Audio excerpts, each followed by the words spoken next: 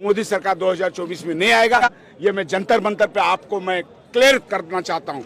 और ये all India defence federation. अब हिंदू मुस्लिम में नहीं पढ़ोगे ना? नहीं, अब नहीं पढ़ोगे ना, सीख लिए ना पहले पढ़े थे ना अभी पढ़ेंगे। आप नहीं पढ़े होंगे, पढ़ते हैं ना लोग। अभी ऐसा मुद्दा 2024 से चुनाव से पहले आएगा कि उबाल खा के इसी में से कई लड़के गालियां देना शुरू करेंगे। मैं बता रहा हूं आपको, हम जैसे लोगों को गालियां देने का काम करेंगे अभी यहाँ खड़े होके। इतना हिंदू मुस्लिम में और धर्म की राजनीति में लीन हो जाएंगे। ठाकुर, ब्राह्मण, राजपूत, दलित, ये ओबीसी, ये एसटी अभी लग जाएंगे सब उसी में। ऐसे मुद्दे चलाए जाएंगे इस देश को बड़गलाने के लिए। गोदी मीडिया का ठेका है ना, आपके दिमाग में जहर भरने के लिए गोदी मीडिया को ठेका दे रखा है ना। कसम खाओ कि नहीं देखूंगा आज से कोई भी न्यूज चैनल। मैं क्लियर कर बोलता हूं आपके सामने, और मैं आपकी सभी की तरफ से मैं कसम खाता हूं कि ये आज तक जी न्यूज, जी चैनल ये मत देखिए, मैं नहीं देखूंगा। मैं आपके सामने कसम खाता हूं। लेकिन ये न्यूज आप दिखाइए, ये गोदी मीडिया गोद में बैठे। लेकिन ये जो गोदी मीडिया है ये बिकाऊ मीडिया है। उसका हमारा ऑल इंडिया डिफेंस फेडरेशन तथा हमारे एनपीएस और ओल्ड पेंशन स्कीम के लोगों ने पहचान लिया। और 2024 को, क्योंकि हम अकेले नहीं है, हमारे पीछे 5-5 वोटर है, हमारे माँ बाप है, हमारे बीवी बच्चे हैं। मोदी सरकार 2024 में जाएगा, ये मैं आज आपके सामने जंतर मंतर पे ऐलान करता हूँ। Ordnance factory most backbone of the Indian defence का, उसके लोग यहाँ पे चिल्ला रहे हैं। आखिर गोदी मीडिया दिखाने आई आप लोगों को? दिखाइए एक भी नेशनल न्यूज चैनल यहाँ पे है। बहुत हुआ पेट्रोल डीजल पे मार, अब की बार मोदी सरकार 30 रुपए तो खरीद रहा होगा ना पेट्रोल डीजल। मिल रहा है ना? नहीं मिल रहा? सपने में मिल रहा है। क्या बात कर रहे हो? सपने में मिल सकता है, हकीकत में नहीं। हाँ, ये देखिए, मैं हमेशा कहता हूँ ना प्रोग्राम में, भारत की एक राजनीति ऐसी है जहाँ पे जितने बड़े आप सपनों के सौदागर होंगे उतना जल्दी आप पीएम सीएम बन सकते हैं। आपको सपना बेचना आना चाहिए। हवाई चप्पल वाले हवाई जहाज में कैसा सपना था, आज हवाई अड्डा के पास से शायद गुजर जाए तो 50 रुपए फीस से ले, कितनी बार झांक के देखा उसमें। लेकिन आप अपने जीवन में पकौड़े बेचने लायक भी नहीं रह जाओगे। इंजीनियरिंग किया है आपने पकौड़े बेचने के लिए नहीं, एमबीए किया है पकौड़े बेचने के लिए नहीं, 20-20 लाख आपके माँ बाप ने किसी इंजीनियरिंग कॉलेज को दिया है आपसे पकौड़े बिकवाने के लिए नहीं। 20 लाख खर्च करने की जरूरत नहीं थी पकौड़े बेचने के लिए। कोई आपको 10वीं पास करने की भी जरूरत नहीं है।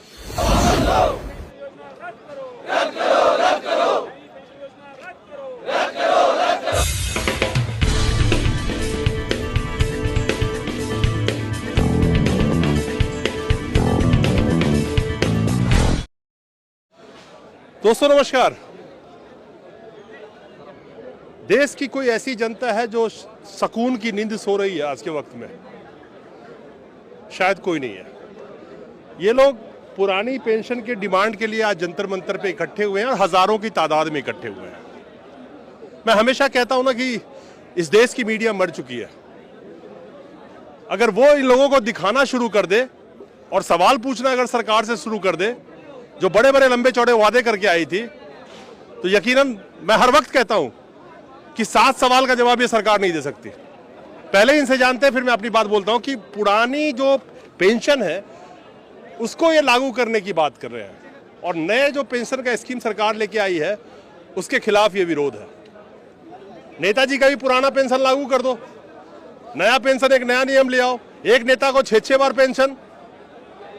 लेकिन जिन लोगों ने अपनी जीवन लगाई है देश के सेवा में, वो लोग रोड पे चिल्ला रहे हैं। बैंक वाले को दिखाया, अब इनको देखिए।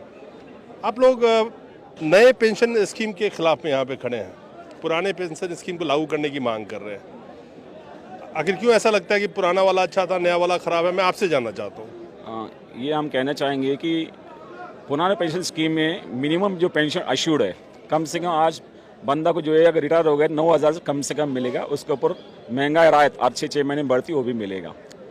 और जो 20 साल के ऊपर नौकरी करेंगे उनको जो है उनका पगार का लास्ट पगार का 50% जो है उनको पेंशन बैठता है उनके बेसिक के हिसाब से। नई पेंशन स्कीम के अंदर ऐसा कोई अश्योरिटी नहीं, एश्योरेंस नहीं है। उसके अंदर जो है जो बंदा रिटायर होगा उस टाइम में उसके जो भी मार्केट में पैसा इन्वेस्ट किया होगा, 5-6 जो LIC है, ऐसे SBI है, इसमें इन्वेस्ट करता गवर्नमेंट, 60% जो है वो जब रिटायर होगा 60% वापस देंगे, 40% जो इन्वेस्ट करेंगे उसमें जो रिटर्न्स आएंगे उसमें पेंशन मिलेगा। अब हम देख रहे हैं कि 2004 में जो पॉलिसी ने सरकार ने लागू किया उसके बाद में जो लोग रिटायर हो गए, खास करके जो कंपैशन अपॉइंटीज है वही लोग रिटायर हो गए 18 साल के अंदर, तो उनको पेंशन 2500 से लेकर ज़्यादा से 4,500 मिला। आप देखिए कि आज गरीबी रेखा भी कम से कम महीने में जो है कितना आपको पता है, अभी 4,000 में एक फैमिली उसने गुजारा करना है, 3 लोग 4 लोग का कैसे गुजारा हो सकता है। तो इसीलिए जो हम लड़ रहे हैं कि जब जैसा आपने दुरुस्त खुद ही कहा आपने, पार्लियामेंटेरियंस को अगर या जो हमारे असेंबली के जो एमएलए से 40 दिन अगर वो उन्होंने अपना टाइम निकाल दिया एमएलए एमपी, उनको जो फुल पेंशन जो है मिलता है, तो और वो पेंशन तो रात रात डिसाइड करते कितना मिलेगा, पगार कितना मिलेगा।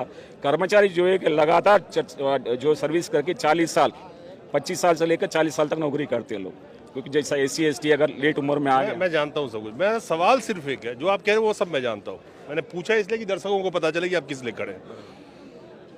सरकार के पास खजाना खाली पड़ा है और यही वजह है कि जिस पेंशन योजना की आप बात कर रहे हैं पुराने की, वो नहीं देना चाहती है क्योंकि इनके पास पैसा नहीं है। पैसा तो मित्रों के लोन माफ, 12-12 लाख करोड़ मित्रों के लोन माफ होते हैं, 25 लाख करोड़ का NPA 8 सालों में, जो 2.5 लाख करोड़ था 2014 में। NPA समझते हैं ना सब आप खुद ही बता रहे हैं, इसलिए आपको बोलने तो बता इसलिए रहा हूं कि आप जो सोच रहे हैं, आप कितना भी चिल्लाते रहो, ये देने को राजी नहीं होंगे। इसीलिए आज जो है कि हमारे जो नेतृत्व है ऑल इंडिया की, जैसा सेंट्रल ट्रेड यूनियन नेतृत्व भी अभी आके यहाँ पे मार्गदर्शन किया।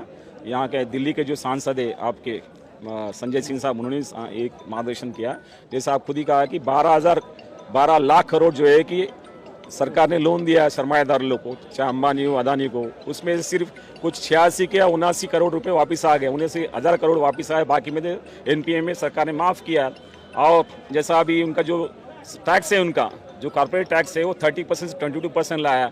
हमारे लिए तुम दूध के लिए भी, दही के लिए भी, चावल आटा के लिए जो है GST लगा दिया। तो ये सरकार का जो मंशा है सिर्फ पूंजीपति को बढ़ावा देना और पूरा कर्मचारी को, गरीब वर्ग को जो है, यही तो अच्छे दिन थे जो अभी आप खड़े हो जंतर मंतर पे। इसलिए तो हम अब समझ में आ रहा है अच्छे दिन क्या दिखा रहे सरकार के। अच्छे दिन कौन थे वो हम बोलते, वही हमारा जो है पूरे बुरे दिन वापस कर दीजिएगा, अच्छे दिन हमको नहीं चाहिए। सब दुनिया बोल रही है, हम भी वही कह रहे हैं। मोदी जी का नारा याद है, बहुत हुई महंगाई की बार, अब की बार मोदी सरकार। तो जितनी महंगाई बढ़ रही है, आप सरसों तेल हो गया मान लीजिए 200 रुपए लीटर, आपके किचन का, घर का राशन का खर्चा कम से कम डबल हो गया होगा आज के रेट में महंगाई की वजह से। लेकिन पेंशन आपके काट छांट करके किस तरह से जनता को बेवकूफ बनाया जाए, नहीं लगता कि ये सिर्फ बेवकूफ बनाने वाला धंधा है? बिल्कुल बेवकूफ, इसीलिए तो हम ये संघर्ष कर रहे हैं। यहाँ दिल्ली में जो आके अभी all India defence employees federation ने शुरुआत की है।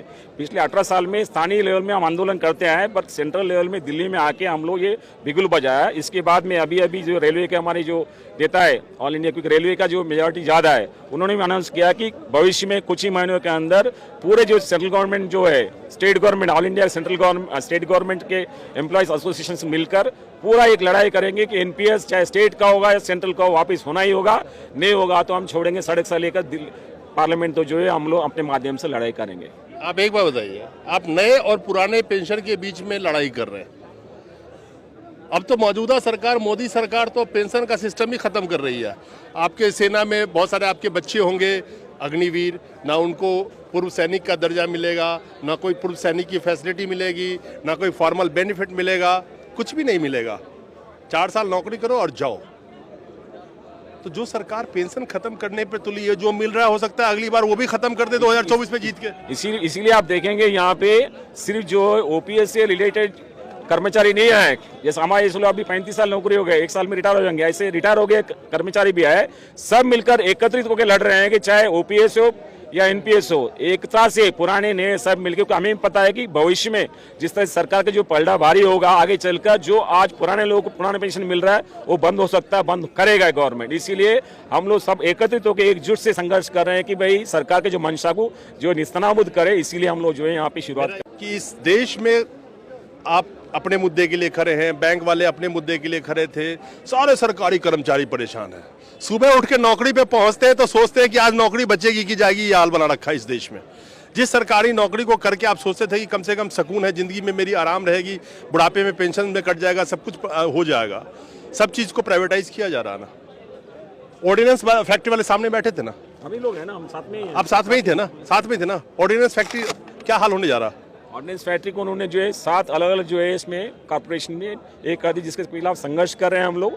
हमारे संघर्ष के बलबूते अभी सरकार ने हाईकोर्ट, चेन्नई हाईकोर्ट में प्रॉमिस किया कि जो आपके कर्मचारी है वो सेंट्रल गवर्नमेंट में अधीन ही रहेंगे, लेकिन हम उससे संतुष्ट नहीं है। हम कह रहे हैं कि भाई जो डिफेंस है देश के सुरक्षा की बात है, देश के जो है इज्जत की बात बातों पे भरोसा कर रहे हो आप? हम लड़ रहे हैं, आप भरोसा नहीं, कर किसकी? रहे हैं, आप जो स्टेटमेंट बता रहे हो, अच्छे दिन का भी स्टेटमेंट था, महंगाई के मार का भी था, बहुत हुआ महंगाई की मार, बहुत हुआ पेट्रोल डीजल पे मार। अब की बार मोदी सरकार 30 रुपए तो खरीद रहा होगा ना, पेट्रोल डीजल मिल रहा है ना? नहीं मिल रहा? सपने में मिल रहा है। क्या बात कर रहे हो? सपने में मिल सकता है, हकीकत में नहीं। हाँ, ये देखिए, मैं हमेशा कहता हूं ना प्रोग्राम में, भारत की एक राजनीति ऐसी है जहां पे जितने बड़े आप सपनों के सौदागर होंगे उतना जल्दी आप पीएम सीएम बन सकते हैं। आपको सपना बेचना आना चाहिए। हवाई चप्पल वाले हवाई जहाज में कैसा सपना था, आज हवाई अड्डा के पास से शायद गुजर जाए तो 50 रुपए फीस ले, कितनी बार झांक के देखा उसमें। हवाई चप्पल सीरियस नोट पे, ये देश में, इस देश में सपने बेचे जाते हैं और कौन कितना बड़ा सपना बेच सकता है उसका उदाहरण सारा आपके सामने है। सबसे बड़ी बात है कि आखिर ये भारत देश जहां की 80 करोड़ जनता को 5 किलो अनाज के लिए टिका के रखा जाता है और उनको जब हवाई जहाज का सपना दिखाया जाता है, क्या खुश होते होंगे। आप भी खड़े हैं, बताइए क्या लगता है आपको? ये कह रहे हैं कि ऑर्डिनेंस फैक्ट्री की बात हो, हर चीज तो प्राइवेटाइज किया है। सुबह उठ के आप नौकरी पे पहुंचते होंगे, कहीं ना कहीं मन में रहता होगा पता नहीं आज क्या होगा। ये हाल बना रखा है। ये तो मोदी साहब का जुमला है। वो जुमला करते करते अभी वो जुमला 2024 में नहीं रहेगा। हमारे ऑल इंडिया डिफेंस फेडरेशन ने तय कर लिया कि 2024 में जो ये मोदी साहब जो खिचड़ी पका रहे ना, ऊपर नीचे कोयला डाल के, वो खिचड़ी नहीं पकेगी जब तक हमारी पुरानी पेंशन हमारे कर्मचारियों को लागू नहीं करेंगे। मोदी का 2024 का सपना हम चूर चूर करके रहेंगे। ये हम आपसे इसी जंतर मंतर में वादा करते हैं। और जिंदाबाद, आपको एक चीज बताता हूं, वापस लो। आपको एक चीज बताता हूं। सेंट्रल गवर्नमेंट में सिविलियन एम्प्लॉय करीब करीब 41 लाख सैंक्शन पोस्ट है, 32 लाख उसमें से भरे हुए हैं, 8 लाख खाली हैं।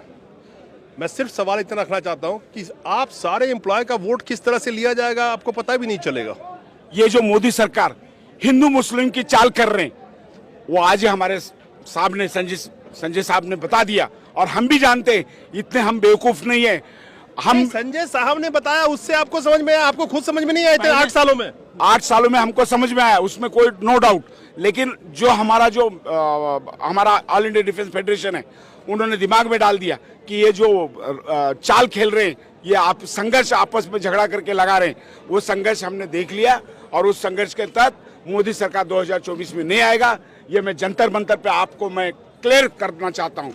और ये ऑल इंडिया डिफेंस फेडरेशन। अब हिंदू मुस्लिम में नहीं पढ़ोगे ना? नहीं, अब नहीं पढ़ोगे ना? सीख लिए ना पहले पढ़े थे ना अभी पढ़ेंगे। आप नहीं पढ़े होंगे, पढ़ते हैं ना लोग। अभी ऐसा मुद्दा 2024 से चुनाव से पहले आएगा कि उबाल खा के इसी में से कई लड़के गालियां देना शुरू करेंगे। मैं बता रहा हूं आपको, हम जैसे लोगों को गालियां देने का काम करेंगे भी यहाँ खड़े होके। इतना हिंदू मुस्लिम में और धर्म की राजनीति में लीन हो जाएंगे। ठाकुर, ब्राह्मण, राजपूत, दलित, ये ओबीसी, ये एसटी, अभी लग जाएंगे सब उसी में। ऐसे मुद्दे चलाए जाएंगे इस देश को बड़गलाने के लिए। गोदी मीडिया का ठेका है ना, आपके दिमाग में जहर भरने के लिए गोदी मीडिया को ठेका दे रखा है ना। लेकिन ये जो गोदी मीडिया है, ये बिकाऊ मीडिया है। उसका हमारा ऑल इंडिया डिफेंस फेडरेशन तथा हमारे एनपीएस और ओल्ड पेंशन स्कीम के लोगों ने पहचान लिया। और 2024 को, क्योंकि हम अकेले नहीं है, हमारे पीछे 5-5 वोटर है, हमारे माँ बाप है, हमारे बीवी बच्चे हैं। मोदी सरकार 2024 में जाएगा, ये मैं आज आपके सामने जंतर मंतर पर ऐलान करता हूं। अगर मोदी सरकार ने हमारी ओल्ड पेंशन स्कीम चालू नहीं की तो मोदी सरकार सोच लेना कि तुम 2024 के बाद नहीं आएगा। ये जुमला, ये अच्छे दिन, बुरे दिन, ये तेरे बुरे दिन चालू हो गया आज से। सवाल यह है कि क्या ये अपने मुद्दे पे रह पाएंगे और क्या इनको रहने दिया जाएगा। इस देश को अगर बर्बादी का इतिहास लिखा जाएगा, चाहे इनकी भविष्य की बर्बादी हो या नौजवानों को भविष्य की बर्बादी हो, इनके बच्चों की बर्बादी हो, गोदी मीडिया का नाम सबसे पहले आएगा। और मैं हमेशा कहता हूं, ये 10 साल लौट के उन नौजवानों की जिंदगी में कभी नहीं आएगा जिनकी जॉब की उम्र निकल गई। ये 10 साल उनके जीवन में कभी नहीं आएगा। कोई पीएम, कोई सीएम, कोई मंत्री बन के उसके पेंशन चालू रहेंगे, उनको सब सुविधाएं मिलेगी जीवन पर्यंत, लेकिन आप अपने जीवन में पकौड़े बेचने लायक भी नहीं रह जाओगे। इंजीनियरिंग किया है आपने पकौड़े बेचने के लिए नहीं, एमबीए किया है पकौड़े बेचने के लिए नहीं, 20-20 लाख आपके माँ बाप ने किसी इंजीनियरिंग कॉलेज को दिया है आपसे पकौड़े बिकवाने के लिए नहीं। 20 लाख खर्च करने की जरूरत नहीं थी, पकौड़े बेचने के लिए कोई आपको 10वीं पास करने की भी जरूरत नहीं है। लेकिन जिस दिन आप विकसित देशों की तरह देश के विकास के मुद्दे पे वोट करेंगे और देश के नब्ज को पहचानना शुरू करेंगे कि जिसको हमने सत्ता सौंपा है वो हमारे देश को किस ओर ले जा रहा है, जिस दिन इसको पहचानने की क्षमता आप में आ गई ना, उसी दिन ये देश फिर से सोने की चिड़िया बन जाएगी। और उसी भारत जो सोने की चिड़िया है अभी भी, उसी सोने की चिड़िया को लूट लूट के धन्ना सेठ कोई विदेश में जाके मौज कर रहा है, लूट के कोई देश में ही मौज कर रहा है। सोचिएगा, नहीं तो इसी लाइन में खड़े नजर आएंगे। कोई गोदी मीडिया दिखाने आई आपको? गोदी मीडिया तो गोद में बैठी है नरेंद्र मोदी के। नहीं, आप लोग इतना हजारों के तादाद में है, यहां तो 10 लोग धरना करने आते हैं, आप लोग हजारों के तादाद में है और आप इस भारत के निर्माता है। सारे जो गवर्नमेंट एम्प्लॉय है, ordnance factory most backbone of the Indian defence का, उसके लोग यहां पे चिल्ला रहे हैं। आखिर गोदी मीडिया दिखाने आई आप लोगों को? दिखाई एक भी नेशनल न्यूज चैनल यहां पे है? मैं वही बता रहा हूं कि गोदी मीडिया नरेंद्र मोदी के गोद में बैठी है। जो नरेंद्र मोदी बोलेगा वही गोदी मीडिया दिखाएगी, और गोदी मीडिया नहीं दिखाएगी, लेकिन आपके जैसे सच्चे लोग हैं वो दिखाएंगे। इसलिए हम बोलते हैं कि भारत माता की जय। क्यों? क्योंकि आप जैसे सच्चे और अच्छे लोग, और आपके जो न्यूज चैनल है वो आज ना कल पक्का न्यूज में आएगा। और न्यूज में आने का, हमको कोई न्यूज में आने का शौक नहीं है, लेकिन हमारा जो दर्द है वो दर्द मोदी तक और सरकार तक जाना चाहिए। और जो भी 2024 नरेंद्र मोदी ने दिमाग में डालना चाहिए, तुम्हारे ख्याली पकौड़े बहुत हो गए, अब मुश्किल है, क्योंकि हमारी जनता है सावधान हो गई। ये गांव में 500 और 1000 रुपए देने से नहीं चलेगा। अभी लोग जाग गए, और जागने के बाद जो आने वाले दिनों में भाजपा का नामो निशान मिट जाएगा। ये मैं इधर ही जंतर मंतर पे आपको बता रहा हूँ। ये मैं अपना नहीं बोल रहा हूँ, क्योंकि आज जो माहौल बना है, मैं गांव से भी बिलोंग करता हूँ, हर जगह मैं पूछता हूँ क्या क्या है, लेकिन मोदी सरकार सिर्फ गोदी सरकार। याद रखिएगा, जो 80 करोड़ जनता इस देश में, अगर 35% वोट मौजूदा सरकार को मिला था तो 65% वोट किसी और को भी लोगों ने दिया था। बेशक वो बिखरे हुए थे। एक सवाल मेरा है आप लोगों से, जिस गोदी मीडिया को आप देखते हो, क्या आज से कसम खाते हो कि उसको देखना बंद कर देंगे, जो आपकी समस्याओं को नहीं दिखाता है? क्यों टीवी रिचार्ज कराते हो? क्यों टीवी रिचार्ज कराते हो? मत कराओ ना।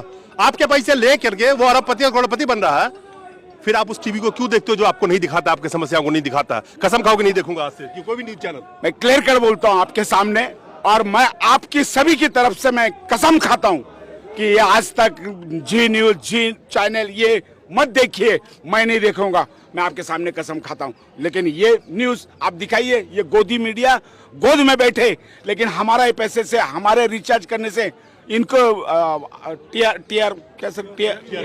टीआरपी मिलती है, जो टीआरपी मिलती है, और हमारे दम पे इनको टीआरपी मिलती है। का पैसा का एडवर्टीजमेंट भी मिलता है, आप देखते हो तब एडवर्टाइज का पैसा भी मिलता है, लेकिन हमारा कहना यही है, हम कसम खाते हैं। एडवर्टीजमेंट का पैसा आपका टैक्स का पैसा है जो सरकार देती है एडवर्टीजमेंट, तो इसीलिए हम कसम से, जो नमक खरीदते हो उसमें भी टैक्स देते हो।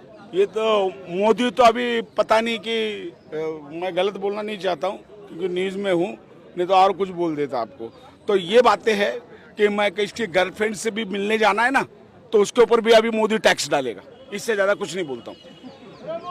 याद रखिएगा, अगर 500,000 रुपए और एक पौवा में अगर वोट बेचेंगे तो जिंदगी में आपके बच्चों का भविष्य अंधकार में हो जाएगा ही, और आपका भी भविष्य अंधकार में जाएगा। लेकिन दिनकर जी ने कहा है, लेकिन होता भूडोल भवंडर उठते हैं, लेकिन होता भूडोल भवंडर उठते हैं, जनता जब कोपाकुल होकर भ्रिकुटी चढ़ाती है। कोपाकुल मतलब कष्ट से, दुख से, और भ्रिकुटी मतलब भौएं, गुस्से में।